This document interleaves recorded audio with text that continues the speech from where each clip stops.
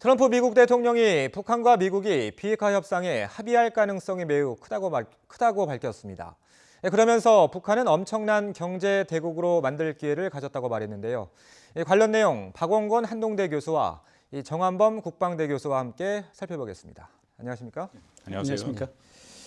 자, 이 북미 실무 협상이 이제 내일 예정돼 있는데 트럼프 대통령의 이 방송 인터뷰가 어제 밤에 이제 공개가 됐어요. 그래서 여러 가지 이야기를 했던데 저희가 좀 하나씩 좀 살펴보겠습니다. 먼저 2차 북미 정상회담에서 비핵화에 합의할 가능성이 매우 크다. 지금 뭐 잘 되고 있는 건가요? 트럼프 대통령은 늘 긍정적인 발언을 해왔죠. 예. 특히 기억들 하시겠지만 지난주에 그 미국 정보 당국의 수장들이 모여서 얘기를 했는데 좀 부정적인 전망을 많이 내놨습니다. 예. 그래서 어저께 했던 이제 CBS 인터뷰에서도 그것을 질문하더라고요. 정보 당국 수장들이 비핵화 합의가 어렵다. 북한이 핵을 포기할 가능성이 낮다라고 얘기했는데 대통령 어떻게 생각하느냐 했더니 트럼프 대통령이 그것에 대한 답으로 자기는 낙관하고 있다. 이번에 합의에 이를 가능성이 매우 크다. 트럼프 대통령 입장에서는 늘 긍정적인 메시지를 계속 얘기를 해왔습니다. 김정은 위원장과 관계가 좋고 또 자기로 인해서 실질적인 비핵화의 진전을 지금 보고 있다. 그래서 결국 그 입장에서 얘기를 한 것이다. 그렇게 판단이 됩니다. 예. 정 교수님은 어떻게 들으셨나요? 저도 비슷한 생각이긴 합니다. 예. 트럼프 대통령이 이제 취임 이후에 계속해서 이 북한과의 관계를 계속 반전을 만들어 오긴 했지만 그래도 협상을 시작한 이후부터는 계속 긍정적인 발언을 이제 내놨거든요. 예. 아마도 협상 전략일 수도 있고요. 또 어떻게 보면 이제 자기 최면, 또 북한 김정은에게 어떤 긍정적인 어떤 분위기를 전해주기 위한 그런 메시지 전달이라고 이렇게 생각할 수도 있을 것 같습니다. 예. 자, 어제 한 이야기 중에서 저는 아무래도 가장 그 눈에 띄는 부분은 김정은 위원장이 이제 엄청난 경제 대국을 만들 기회를 가졌다. 엄청난 경제 대국. 평소에 트럼프 대통령의 특유의 화법이긴 한데 좀 너무 먼 미래 아닌가요? 이게 당근인가요, 압박인가요? 지난 그 1차 6.12 북미 정상회담에서도 아예 동영상을 만들어서 북한이 핵을 포기할 경우에 올 수 있는 가장 큰 혜택으로 경제적인 모습을 그려준 적이 있습니다. 그 이후에도 계속 트럼프 대통령은 이제 경제적인 혜택을 계속 얘기를 했고요. 어저께 인터뷰에서도 자기가 부동산을 해봐서 잘 아는데 이제 북한은 확실한 경제적으로 발전할 수 있는 그런 잠재력이 충분히 있다라고 얘기를 했습니다. 트럼프 대통령 사실 비건 대북정책 특별대표도 이제 비슷한 얘기를 했는데 미국이 지금 북한한테 주고 있는 특히 트럼프 대통령이 가장 공을 들이고 있는 것은 바로 경제적인 혜택이다. 그러니까 핵을 포기했을 경우에 지금 북한은 이전과는 굉장히 다른 경제적으로 강국이 될 수 있다. 그렇기 때문에 핵을 포기해라. 지금 계속 명분을 얘기를 하고 있거든요. 근데 중요한 것은 그것을 얼마나 구체적으로 또 미국이 북한한테 제기할 것인가. 또 북한의 입장에서는 그것이 중요합니다. 특히 김정은 위원장 같은 경우에는 경제개발 5개년 계획 그리고 지금 경제건설 총집중 노선을 얘기를 하기 때문에 나름대로 경제적인 결실을 맺어야 되는 거죠. 그래서 그런 부분을 지금 트럼프 대통령이 계속 강조하고 있다. 그런 판단입니다. 예. 그러니까 당근이자 압박이기도 하다는 말씀이신데 교수님 생각은 어떠신가요? 저는 이 미국 대화가 시작되고 나서부터 제가 일관되게 쭉 말씀드렸던 게 있는데 미국 자본의 투자라고 하는 겁니다. 그러니까 지금 이제 북한과 미국 정부가 지금 대화를 하고 있는 건 사실입니다만, 물론 이제 초기 단계에서는 양국 정부 간의 신뢰 회복 그리고 주고받기, 체제 보장과 그다음에 이제 비핵화라고 하는 주고받기식의 협상이 중요합니다만, 최종적으로 북한이 요구하는 것은 북한 체제에 대한 보장이거든요. 그럼 이 북한 체제에 대한 보장을 어떻게 할 것인가? 사실 미국에서 얘기하는 것은 비핵화가 완전히 이루어진다면야 이게 체제 보장이 가능하다는 얘기고, 북한은 체제 보장이 이루어지지 않으면 비핵화할 수 없다라는 거거든요. 근데 이 중간에서 그러면 북한이 뭘로 하여금 체제 보장이라고 하는 신뢰를 가지고 비핵화를 진행할 수 있게 하느냐? 제가 본 관점에서는 미국 자본의 평양 진출. 미국 자본이 북한에 들어가게 된다면 아마도 미국으로서는 자국의 국민들과 자본이 들어가 있는 북한에 대한 공격을 하기는 굉장히 어려울 거거든요. 북한 입장에서도 이렇게 되면 미국이 우리를 공격하지 않을 거다라고 하는 신뢰가 쌓일 수 있다라는 거죠. 그래서 어제 트럼프 대통령이 얘기했던 부동산에 관한 문제, 그러니까 북한 투자에 관한 문제는 향후에 미국 자본이 들어갈 수도 있다라고 하는 어떤 청사진을 그러니까 보여줌으로써 북한에게 보여줌으로 인해서 너희가 비핵화를 시작하면 우리가 이렇게 해줄 수 있다라고 하는 어떤 그 긍정적인 메시지를 전하는 것이라고 이렇게 생각이 됩니다. 예. 자, 이 2차 북미 정상회담 이제 2월 말에 또 뭐 베트남 다낭이 유력하다는 그런 보도가 나오고 있는데 지금 현지 시각으로 5일 밤에 5일 날 국정연설이 예정돼 있잖아요. 예. 요때 밝힐 수도 있고 일정에 관련해서 그 이전에 밝힐 수도 있다. 이렇게 트럼프 대통령이 얘기를 했던데 아마도 실무 협상 봐가면서 발표하겠다는 건가요? 예, 그럴 것 같습니다. 예. 일단 뭐 장소는 거의 확실히 정해진 것 같고요. 예. 또 재밌는 것이 지난주에 이제 그 기자가 트럼프 대통령한테 갑자기 질문을 했지 않았습니까? 예, 예. 다낭입니까? 했더니 이렇게 트럼프 대통령이 원래 직언직설을 하는 사람입니다. 그래서 예. 받으면 그대로 대답을 하는데 이게 뭔가 제가 느낌을 보니까 이 정확하게 찔렀다라는 느낌이 들어서 이렇게 좀 당황하더라고요. 그래서 영어로 예. G 하면서 예. 뭐 다낭입니까? 하면서 또 다르게 말을 돌렸는데 이제 그 의미는 이렇게 되면 뭐 다낭이 거의 확실해 보이지 않을까. 근데 그것을 지금 여전히 발표를 하지 않는 이유에는 우리가 뭐 몇 가지로 추정이 되는데요. 일단은 지금 비건 대표가 와서 실무 협상을 지금 준비하고 있지 않습니까? 꼭 이제 북한의 카운터파트 김혁철을 만날 거라고 예. 우리가 예상을 하는데 실무 협상 결과를 보고 발표를 할 수도 있습니다. 방금 말씀하신 것처럼 여전히 미국과 북한 사이에는 상응 조치를 두고 견해차가 있는 게 분명하거든요. 그래서 그 결과를 한번 더 볼 것을 기다리는 그런 또 의미가 있다라고 생각이 되고요. 아니면 다 정해졌는데 여전히 그 뭐 늘 북한식 그 또 어떤 정상회의에서는 이제 마지막 순간까지 발표를 하지 않지 않습니까? 그런 것을 노리는 것도 있고 말씀하신 만약 연도 교섭 그 국정연설 연초 국정연설에서 발표를 한다면 조금 더 트럼프 대통령의 스타일처럼 이렇게 극적인 어떤 효과를 좀 보려고 하는 그런 면도 있다라고 생각이 되는데요. 어쨌든 시간 장소는 거의 정해졌다 그렇게 판단이 됩니다. 예. 시간은 그러면은 25일, 26일 이 정도로 보시는 거예요? 뭐 그 주가 되지 않을까 지금 생각이 되고요. 지금 지난주에 중국 쪽에서 그런 얘기가 나왔죠. 예. 27일, 28일 미중, 미중 정상회담이 예. 이 홍콩 다낭- 언론이 보도를 했었죠. 예, 예. 그런 얘기가 나온 걸로 봐서 지금 일본 언론 쪽에서 25일을 제기를 예. 했는데 예. 아마도 만약에 그 중국 쪽에 나온 보도가 맞다면 예. 25일, 26일이 맞지 않을까 이렇게 생각을 예. 하고요. 그리고 이제 또 하나의 다낭이 유력한 후보지로 얘기가 되고 있는 것은 아마 수도 하노이에 비해서는 예. 그쪽이 경호가 좀 상대적으로 쉽다라고 예, 예. 하는 측면이 아마 좀 교통이나 이런 면에서 예. 그렇게 고려가 되고 있는 것 같습니다. 예. 그 지난해 6월 이제 싱가포르 회담 전에는 트위터를 통해서 일정을 발표했던 걸로 제가 기억이 나는데 트럼프 대통령이요. 이번에도 그런 형식을 취할까요? 아니면은 참 질문을 하시긴 했지만 이게 금세 결정이 날 것 같아서 제가 좀 조심스러운데요. 예, 예. 아마 트럼프 대통령이 직접 발표할 가능성은 매우 큽니다. 예, 말씀드린 알겠습니다. 것처럼 트럼프 대통령이 극적인 효과를 노리고 또 이것을 나름대로 어저께 인터뷰에서도 지금 계속 이 리얼리티 쇼를 하는 것처럼 하나씩 진전을 시키지 않습니까? 예. 아마 극적인 효과를 노릴 가능성이 있다고 생각이 됩니다. 예. 자, 이런 가운데 어제 오후에 이제 비건 대표가 방한했는데 오늘 정의용 실장을 만나러 청와대에 간다고 하더라고요. 왜 만나는 거라고 보세요? 정의용 실장이랑은 제 기억에 작년 10월, 12월에도 계속 만났고요.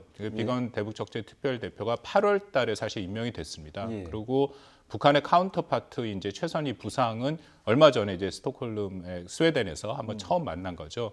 한국의 청와대 정의용 실장을 만나는 건 뭐 매우 중요합니다. 한미 간에 지금 공조가 필요한 거고 말씀드린 것처럼 여전히 북한과 미국 사이에 상응 조치를 둘러싼 지금 의견차가 있는 상황에서 한국과 충분한 상의를 하고 또 그 입장을 조정해서 가져가는 게 맞다라고 생각이 되거든요.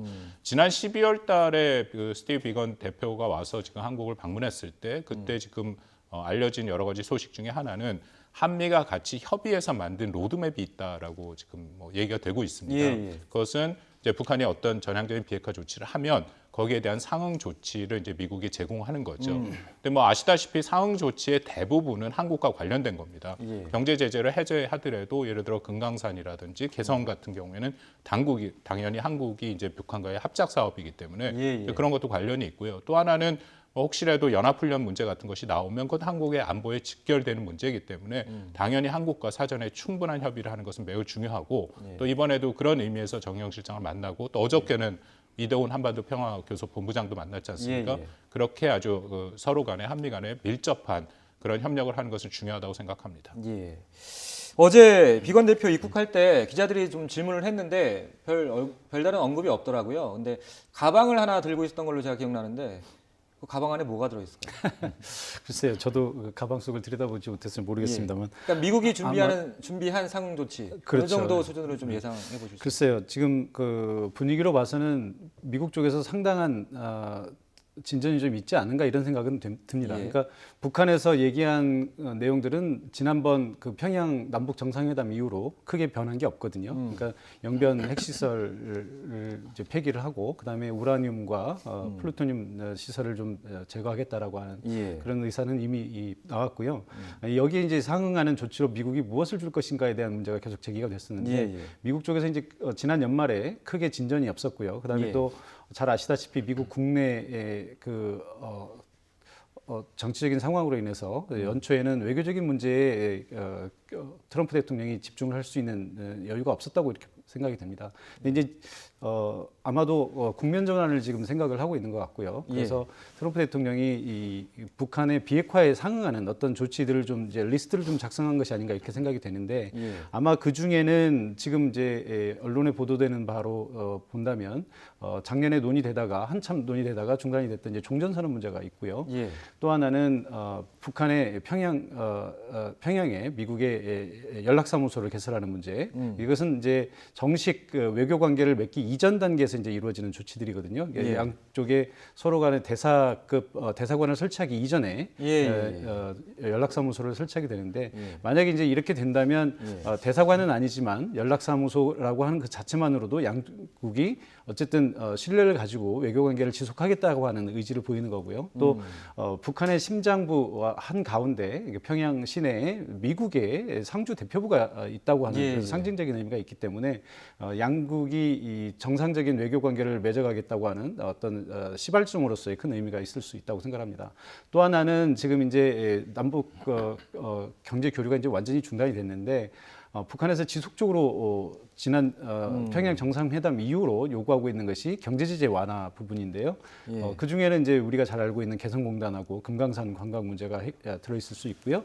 또 하나는 미국을 중심으로 한 국제사회가 북한에게 지원할 수 있는 인도적 지원의 문제가 있습니다. 근데 인도적 지원은 이제 지금도 부분적으로 해오고는 있지만 북한 입장에서는 이 부분을 좀 더 과감하게 좀 폭넓게 해달라라고 하는 이런 요구를 하고 있는 것 같습니다. 근데 아까도 말씀드렸습니다만 이제 북한이 비핵화에 대한 조치로 비핵화에 대한 상응하는 조치로 미국이 전면적인 체제 부장을 해달라고 하고 있는 것인데 거기까지 한꺼번에 가기에는 지금 트럼프 정부의 전략과는 맞지 않기 때문에 우선은 남북 경제 협력을 그러니까 개성공단이나 금강산 관광 같은 부분을 예외적인 조치로 그러니까 북한에 대한 대북 제재에 대한 예외적인 부분으로 인정해 달라라고 하는 부분이 아마 크게 고려가 되지 않을까 이렇게 생각이 듭니다. 예.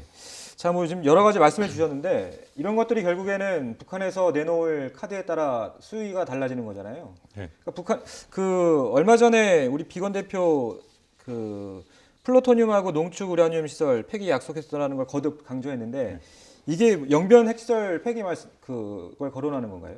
기본적으로 영변 핵시설 폐기와 더불어서 그 외에도 북한이 갖고 있는 것으로 알려진 고농축 우라늄 비밀 시설들이 있습니다. 그래서 우리가 이제 정확하게 파악하기가 힘든데 그래서 그렇게 일종의 핵물질을 만드는 모든 시설을 포함한 것이다라고 비건 대표는 분명히 얘기를 했습니다. 다만 그것의 핵심적인 것이 이게 지난 사실 9.19 평양 공동선언에 나왔던 내용의 그 연장선상이라고 보는데요. 뭐 기억들 하시겠지만 9.19 평양 공동선언에 보면 미국이 상응 조치를 취할 경우 영변 핵시설을 포함해서 추가 조치를 할 수 있다. 그렇게 나왔습니다. 그러니까 그것은 북한의 입장이고 지난주에 이제 비건 대표가 얘기한 것도 결국 그거랑 크게 다르지 않다라고 생각이 됩니다. 추가적인 조치가 영변 외에도 이제 플루토늄과 그런 고농축 우라늄 시설을 다 포함한다라는 거죠. 근데 문제의 핵심은 상응 조치죠. 그러니까 지난 9월 19일 평양 공동선언이 나온 후에 지금까지 사실 뭐 북미 간에 계속 얘기를 해왔지만 바로 지난주에도 그 상응 조치가 이번 실무 협상에서 가장 중요하다라고 비건이 다시 얘기를 했거든요. 그 의미는 아까도 잠깐 말씀드린 것처럼 북한과 미국 사이에 여전히 상응 조치에 대한 합의가 이루어지지 않았다라는 거고요. 그 상응 조치의 합의는 우리 정원봉 교수 얘기한 것처럼 결국 경제 제재의 어느 수준에서 해제가 될 것이냐 그것이 핵심이다라고 저는 판단이 됩니다. 다만 경제 제재에 대해서는 미국이 굉장히 일관된 입장을 지금 보이고 있습니다. 비핵화의 마지막 순간까지 제재는 지속한다라는 것이 미국의 입장이거든요.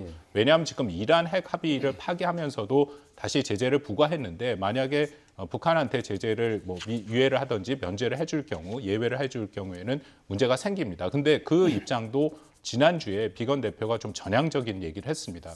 제가 정확히 읽어드리면요. 미국은 상대방이 모든 것을 하기 전까지 아무것도 하지 않겠다고 말한 적은 없다.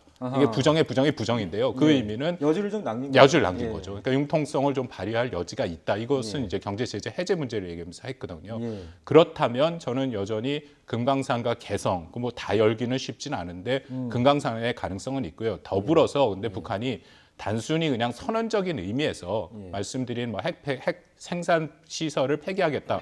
그 정도 수준으로 제재가 해제될 수는 없다라고 보고요. 구체적인 로드맵이 나와야겠죠. 어느 시점에 어느 시설을 어떻게 할 것이냐. 설사 이제 시설 같은 경우에는 구체적인 명시하기가 어렵더라면 그럼 최소한 시기는 어느 정도 수준에서 하고 그것을 어떻게 검증할 것인가. 저는 그게 핵심이다라고 봅니다. 좀 전에 우리 정 교수님께서는 말씀해 주신 게 미국에서 내놓을 사용 지출 중에서 종전선언, 연락사무소, 남북 경협 문제, 그다음에 인도적 지원.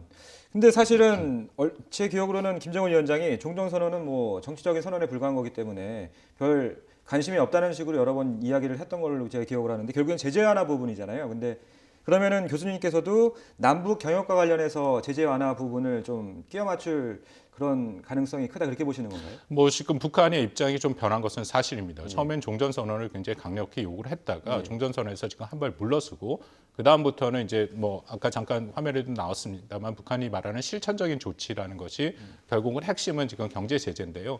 그렇다고 북한이 종전선언을 거부하는 건 아닙니다. 여전히 원하고 있고 종전선언도 북한과 미국 사이의 적대적인 정책을 뭔가 해결하는 가장 핵심이다라고 생각이 되는데요. 저는 이 종전선언은 매우 조심해야 된다고 생각을 합니다. 왜냐하면 종전선언에 대해서 트럼프 대통령이 늘 나름대로 하고 싶어하는 생각은 계속 갖고 있습니다. 지난해에도 비슷한 얘기를 했고요. 자기가 한국 전쟁 70년을 마감하고 사실상 종전을 하는 그런 대통령으로 역사에 남고 싶다. 지금 비슷한 얘기를 이번에도 했고요. 문제는 종전선언 같은 경우에는 말 그대로 돌이킬 수가 없습니다. 그러니까 불가역적이죠. 선언을 해버리면 뭐 우리 정부가 그렇다고 이것은 상징적인 의미라고 많이 얘기를 하지만 사실 작년에 그 유엔 총회에서도 얘기를 했고 지금 중국과 북한의 모든 그 정부의 기본적인 입장은 유엔사를 계속 해체하라는 얘기를 하거든요. 그러니까 종전선언이 이루어지면 당연히 유엔사 문제랑도 관련이 되기 때문에 그 문제에 대해서는 우리가 그렇게 쉽게 넘어갈 문제는 아니다라고 생각이 됩니다. 알겠습니다. 자, 내일 이제 실무협상, 북미 실무협상이 열리는데 저희 취재 기자가 쓴 기사를 보니까 일단은 판문점 북측 지역 통일각에서 열리는데 평양까지 올라갈 가능성도 있다라고 하더라고요.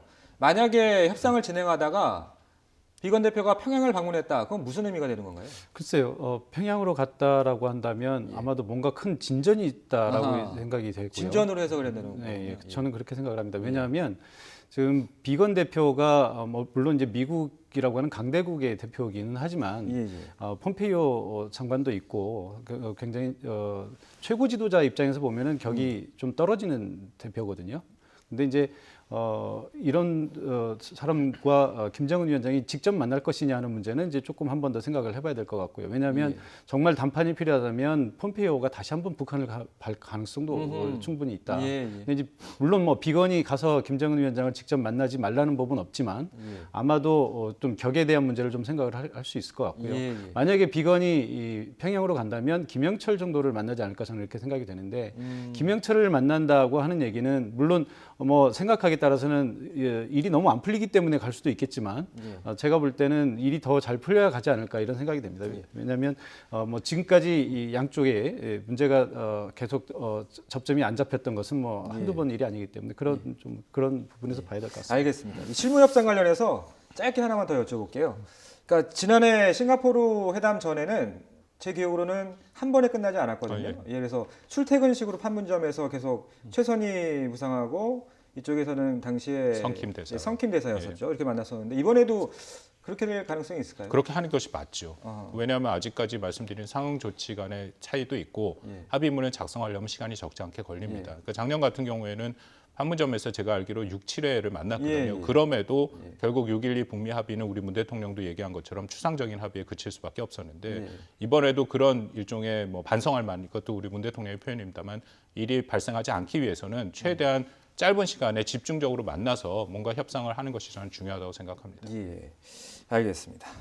자, 어제 이 트럼프 대통령 발언 중에서 주한미군 관련된 발언도 있었어요. 그런데 저는 주한미군 뭐 철수 논의한 적 없다. 이거 뭐 계속 반복된 이야기고, 근데 그 와중에 보면 매우 비용이 많이 든다는 것을 알고 있다. 이 방위분담금 얘기인데 잠정적으로 타결이 됐다는 소식이 들렸는데 이 누가 더 손해 보는 장사를 한 건가요? 글쎄요, 누가 더 손해 봤다라고 얘기하기는 쉽지 않은 것이 일단 비용은 우리 측 요구가, 그렇죠. 그다음에 협정 유효 기간은 미국 측 요구가 반영이 된 건데 그렇습니다. 예. 그러니까 우리는 작년에 이제 9,600억 정도를 지출을 했고요. 그다음에 기간은 뭐 한 3년에서 5년 정도의 장기 계약을 원했는데 미국 측은 이제 원래는 1조 6천억 정도를 처음에 요구를 했다가 이제 그 이후에는 10억 불 정도. 그러니까 우리 지금 환율을 계산을 한다면 막 1,100억에서 1조 1,000억에서 1조 2천억 정도 되는 그 정도 돈인데요.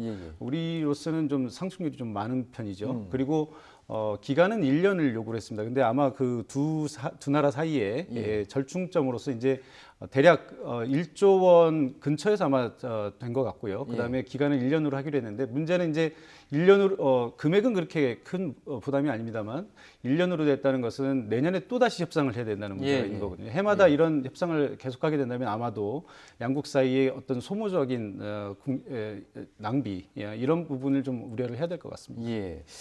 그 어떻게 보면 뭐 절충점을 찾았다고 볼 수도 있겠지만 우려하시는 분들이 더 많은 것 같아요. 교수님께서는 어떻게 보셨나요? 뭐 나름 선방은 했지만 불씨는 남아 있다, 그렇게 판단이 됩니다. 우리 정원봉 교수의 평가에 기본적으로 동의를 하고요. 왜냐하면 특히 2차 북미 정상회담이 코앞에 있는데 이것이 해결이 안 될 경우에는 저 화면에도 나왔습니다만 트럼프 대통령이 어저께 한 그 전체 그 CBS와의 그 내용을 보면 주한미군에 대해서 여전히 부정적인 시각이 있음을 밝혔습니다.